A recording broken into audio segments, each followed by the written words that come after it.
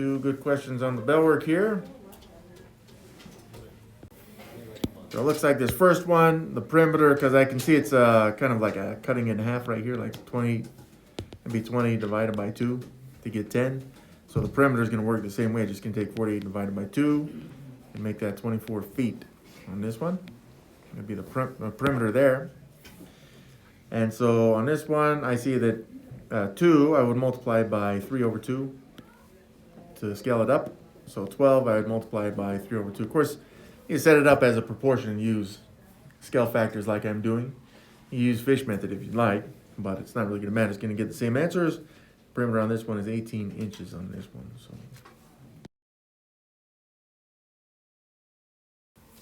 here's our first objective for the day. I can compare 2 populations with statistical models. Just take 30 seconds and copy that down, please. This looks like we're going to be analyzing a little bit of these box and whisker plots like this, okay? So this is what they look like, generally speaking. Of course, they don't have to look exactly like this or on a specific number line with these values. The numbers could change, of course, on the number line, and they could be scaled differently as well. On this one, we see that each line on the number line here is represented by 1. Each mark is 1 unit, but it is possible that they could represent 5 units or 10 units and so forth, okay? But there's different parts to this, and, well, I don't know. I guess it's good stuff. In any case, over here, far on the left, this mark right here. So it's a box and whisker plot, first of all. This got the box, and then, I don't know why, but math nerds, statistics people specifically call those whiskers. So box and whiskers, okay? I suppose. And if I'm wrong on that, I really don't care, but that's just what it's called. So when we say box and whisker plot, you know what to expect. And this is some values that go along with the box and whisker plot. It's a nice visual to represent the data. We've already talked about how manipulative that can be, because sometimes you, and just by the scale of things as well. Like if you change these numbers, you could change the way this looks in order to fit whatever it is that you're trying to communicate or force people to believe. So this mark here on the far left, that is the minimum value, first of all. There's a minimum there. There's the minimum. And then I'm just going to move to the right here. So our next box right here is pointing to this line. It's kind of the first line on the box. And that is what we call the first quartile. First quartile. Ooh. First quartile. Yeah, I think I spelled that right. So the first quartile is pretty much the first quarter of the values. So 25% of the values pretty much fit into this first range right here, this first fourth of a range of the full range, right? And you'll see that this entire box and whisker plot shows the entire range of the values. Now, another thing that you should notice here is that it doesn't have marks on the whisker to show where the values exist. It's just saying, well, if you found the median and then the median of the first median, then you'd find the first quartile. That's pretty much what that is. But it's still not very specific, okay? But it does give you a little bit of a range there. Moving to the right, brings us to this box right here. It's kind of like the middle mark. I mean, it's not right in the middle, but it's the middle mark. So this is what's middle? Well, that's median. So this is the median. So when you find a median, it is one of the values in a box and whisker plot. And this one is specific. Of course, it doesn't tell you necessarily if you have 2 values in the middle or if it's an actual value that's right in the middle of the list from least to greatest. So again, more manipulation is possible. So the median is also, I mean, you could call it the second quartile if you wanted to, but I kind of want to not go over the quartile stuff because it's not really necessary that we know it. It's just that it's splitting these values up into fourths in the list there, okay? So the next box, going to the right here at the bottom, this one pointing to this line right here. So the first line there on the left is the first quartile, and then the middle one is the median or the second quartile, then this one would be the third quartile.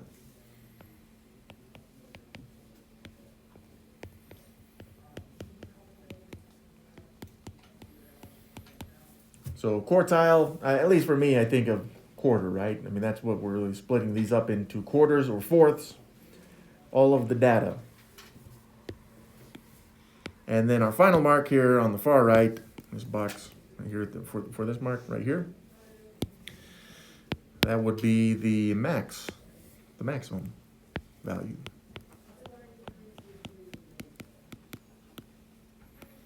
Of course, I guess you could call that the fourth quartile, but either way.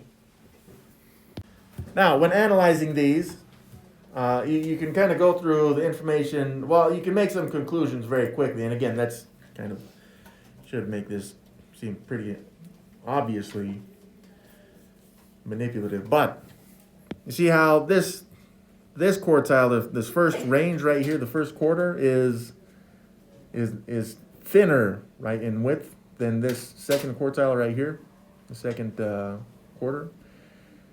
So this one, it's just expanded more. And so this one is just, they would call that more dense, right? There's more values. There's not that there's more values, it's just that they're closer together in the first fourth. And then in the fourth fourth, this last quarter right here, of course, it's even more extended. So, and then it brings up questions, well, why is it more extended? And then people base conclusions, or they make conclusions based on that information and other information on the population based on the survey that was given, okay? But again, are they valid conclusions? I mean, they could be. It depends. And there's more subjectivity to this than just saying, well, this looks pretty. Here we go. Create a box and whisker plot for these data points on this one. And they've given us the number line, so no need to really manipulate this unless you really wanted to trick people. So, first thing I'm going to want to do on this one is to find some of these values. And the minimum and maximum, that's not too bad. Even the median's not too bad, but this is the first time we'll see finding the quartiles for us, and that's okay. The first thing I'm going to want to do on this is to list these in order from leastest to greatest. So for me, it looks to me that the 11 is the smallest value, so there's 11, and then I see 12. And I'm just marking these again so I don't forget which ones I've used. 12, looks like 15 is next.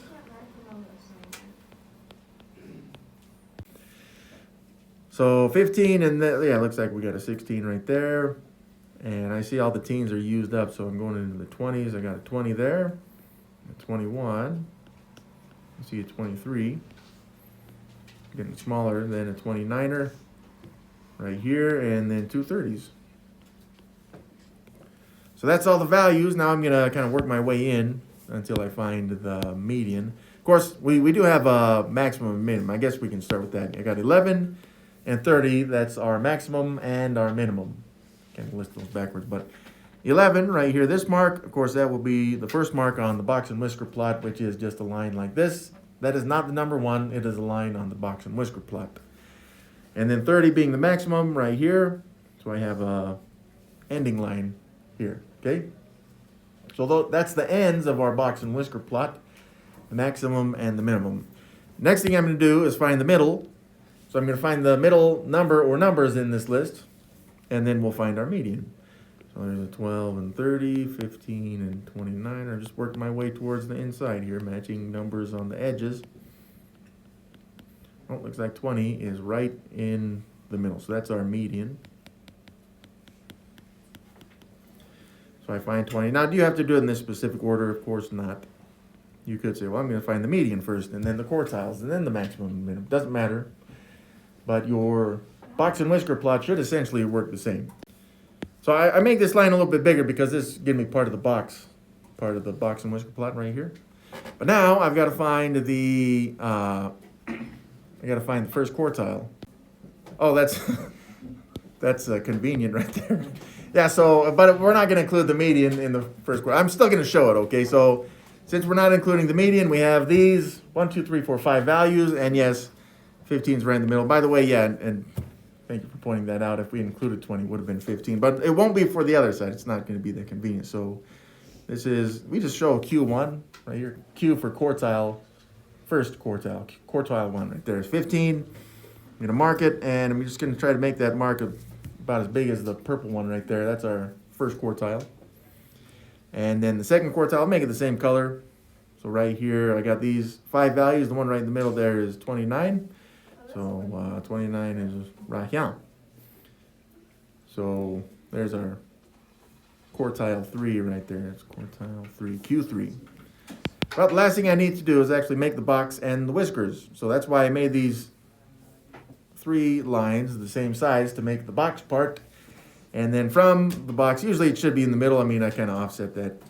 I don't really care because I'm doing it by hand, but a little bit lower than the middle. And it's just got to extend this line out to the final ends, which are the maximum and minimum. Now, just at the end there, you see that there's not a lot of space between our third quartile and, I guess, quartile 4, the maximum. Well, that's because you can see in the list that there's not a lot of values in between the third quartile and the maximum, right? Or the maximum is just very close to that value. And again, this pretty much all these values except the maximum and minimum have to do, you got the first quartile, the median, and third quartile. They pretty much have to do with how many values there are, right? Sometimes they're going to be close together like we see with some of these, but sometimes they're more farther apart, which, again, when that happens, the line just gets extended a little bit. That's all. But another thing I just want you guys to remember, another thing on this is if you wanted to really mess with people's brains or control them, then just, if you take control of these, then you can. It's pretty easy to do that. Whatever. Example 2, Mr. Thomas surveyed students in his first period gym class to find out how many times they exercised this month. Box plot below shows the results. Find the following values. So that's kind of a small graph for us, but we can still figure them out, okay? So the minimum, right here, of course, would be this dot on the far left, and that corresponds with the value 0. So there's a 0 on that one. Let's jump to the maximum here on the far right, which is corresponding with 30. So it looks like someone exercised 30 times in this month. What about the range? Now we already know how to find range. You're just going to take the maximum, which is 30, and you're going to subtract the minimum, which is 0. Now, I'm going to have to use my fingers to do this, but I got 30. So the range is 30, okay? It's kind of rare for the range to be the same as the maximum, but can happen from time to time. Now, the first quartile, of course, would be this first mark on our box and whisker plot, which I have in green, and that shows 5. That would be the first quartile. Next up, let's go to the third quartile. Okay, third quartile right here, that shows as 20. So the interquartile range is where you take the third quartile, which should be bigger than your first quartile, and you just subtract the first quartile. That's it. It's the box part of the box and whisker plot. It's the range of that. So I'm going to subtract 5 from 20. So 20 minus 5, boom, 15 right there. So that's an interquartile range of 15.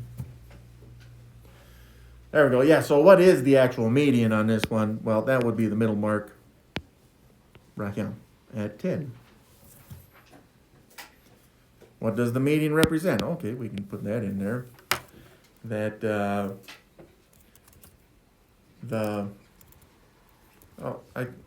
perhaps I should think about this a little bit more. How I want to word this. I feel good about that, but also I feel kind of bad about it. But of the students, the middle value of times exercise is 10 times this month. Write a conclusion that you make from the box and whisker plot. There's so many conclusions you can make on this one. So let's look at a few of them here, okay? Students at the school exercise a maximum of 30 times. And remember, a lot of these conclusions are based on whatever it is that you want people to think. Or, I don't know, 50% of the students surveyed exercise between 5 and 20 times this month. Okay, so you see how I'm kind of using different parts of the data there. Well, how did I know that was 50% was 5 to 20? That was the interquartile range. That's the box part of the box and whisker plot. And that's between the first and third quartile. That's half of the data that was brought in, okay? That's about all I can fit on that. Of course, there's lots more. I mean, you could say the opposite of the first one, right? So the minimum number of times that students exercise per month is 0. Okay, I mean, I guess that kind of makes sense. Perhaps you'd want it to be more. I don't know. Or even right, you could say, well, 25% of the students exercise between 20 and 30 times. So maybe that sounds better depending on what it is you're trying to communicate, right? Now, of course, I'm not encouraging manipulation here, but this is more of a defense type lesson where it's like, okay, if people present this type of information to you, then you should be a little bit on the defensive about, because we don't know how many students were even surveyed on this one, right? It just says, oh, students in the gym class. Now, would you even expect students in a gym class to exercise? Probably not, because students are forced to take it, right? Whether they like it or not. And if they don't, then it's like, oh, shame on you, or go to the office, or who knows what type of social shame gets put on them. But yeah, there's still a lot of questions that we don't know about this. I mean, we're only 5 students surveyed. I don't know. We don't have that information, and I don't know how to find it from the slide. Now, this is the first one where we see kind of our objective, where we want to compare 2 different sets of data on this. But then, of course, we don't know a lot about this data. So it just says Casey surveyed a different group of students in her science class and math classes, and how many times they had to study during the exam. Now this is called a double box plot. I mean, both of them are box and whisker plots, but we call it a double box plot because there's 2 of them on the same exact number line, because Casey is clearly comparing these, or she's trying to compare these directly, okay? And so we are going to compare both populations. I'm not going to write this out because, again, there's lots of different conclusions that could be made. You could say, well, the range is the same for both classes. You got 0 to 30 for both, so the ranges are the same. Again, it depends on what type of information you're trying to communicate, or whichever one fits your cause, if you're trying to communicate this to other people. But again, you'd want to ask a lot of questions if you didn't know what's going on behind the scenes here. The median for the math class is lower than the median of the science class. The first quartile for the math class here is it's a lot lower. It's a third lower than the first quartile of the science class. Someone's really smart. Yeah, so I mean, yeah, you could say, some people would say, well, these people are super smart because they're studying 0 hours. Okay. Or they're just being lazy, or they just don't want to work. Maybe they just hate math and science. Maybe it's not even the same person, right? I mean, we don't even know that type of information. Is a person here studying 30 hours a week the same person that's studying 0 hours a week in science? Who knows? We just don't know that much information. The first quartile, or the range between the first quartile, as the minimum in the first quartile in the science class, is a lot bigger than any of the other ranges that I can see here. The interquartile range for the math class is wider than the science class. Okay, and you could say, well, since it's a smaller interquartile range for the science class, and it's higher, by the way, then you could say, well, it's maybe students like to study science more than math. I don't know. Science is kind of the child of math. I don't know why that would be the case, but whatever it is you're trying to communicate. But you see how there's lots of different conclusions that can be made here. So here, this is called a double dot plot. And when we see these marks, for example, these 3 right here, that tells us that it looks like 81. It's the same number line. It's just they don't number this top one at the top here. But these values are corresponding with each other. So there's 82, so this mark here is 82 for both, okay? So I can see there's 2 marks here for Springfield, and there's 2 marks for Lake City. So that is how many times they observed whatever this is, the temperature. The daily high temperatures for 2 cities for 13 days. Thank you. And they're just comparing these populations. So we could say, well, what's the maximum for both? Well, you can see that you got a maximum here for Springfield that looks like it's at 84, and the maximum for Lake City is at 87. So it's a little bit higher. Not much higher, but it is higher. And so you could say, well, there's the highest maximum temperature for both cities, or Lake City has a higher maximum than Springfield, something like that. Or you can see even the distribution of the values, right? There's kind of a, I don't know, curve right there for these values, but it's the same curve here. It's 1, 2, 2, 3, 2, 2, 1, 1, 2, 2, 3, 2, 2, 1, even for Springfield right there. So you could say that looks like the temperatures are distributed quite the same, but Lake City's is further to the right, so their temperatures are a little bit higher, generally speaking, okay? And is it possible for Springfield to have a maximum while Lake City has a minimum? I don't know. This is all the information they gave us, okay? But again, I'm just formulating questions that should be asked when looking at data like this, because we don't know. We don't know where the information came from. Maybe they have opposite seasons. Who knows? But lots of different conclusions. Even the minimum for Lake City, you say, well, that's bigger than the Springfield minimum, but it's still not by very much right there. Or the median, you could see if you counted the median for Lake City is right here at 84. The median for Springfield is right at 81. So again, the median is higher as well. But again, does that mean that Lake City is always warmer than Springfield? Possibly not. I mean, there's some overlap right here between these values. Good one. The double box plot shows the daily participants for 2 zip line companies for 1 month. Compare the populations. Which company has the greater number of daily participations? Interesting. All right. Why is there a little... So on this one, we got this little star right here. That means it was part of the data, but it means it's also not being included. That's what we call an outlier. Meaning this particular value was so extreme. It looks like that's about 125, 122 to me. I'd say 125. But this is so extreme that it isn't really necessarily used as part of the information that they're communicating in the box plot, other than to show that it's a star on the far end. So why didn't they use it? I don't know. Again, there's more questions that should be used on why it's not being included as just the bare maximum on this. And just think about the outliers like that too.